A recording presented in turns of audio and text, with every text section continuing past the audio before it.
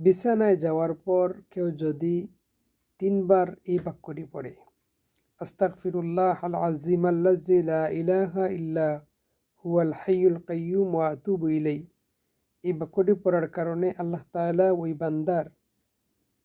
যত গুনাহ আছে, গুনাহের পরিমাণ যদি হয় সমুদ্রের ফেনারাশির সমান, অথবা গুনাহের পরিমাণ যদি হয় গাছের পাতার সমান, অথবা গুনাহের পরিমাণ যদি হয় পাহাড়ের বালুরাশির সমান, অথবা গুনাহের পরিমাণ যদি হয়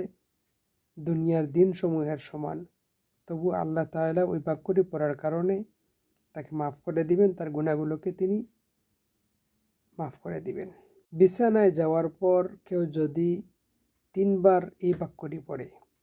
আস্তাগফিরুল্লাহ আল আজিম আল্লাযী লা ইলাহা ইল্লা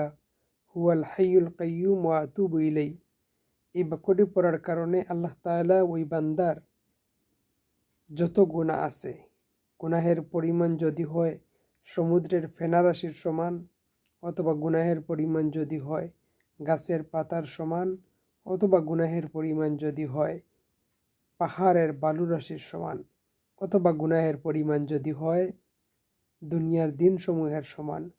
তবু আল্লাহ তাআলা ওই বাক্যটি পড়ার কারণে তাকে মাফ করে দিবেন, তার গুনাহগুলোকে তিনি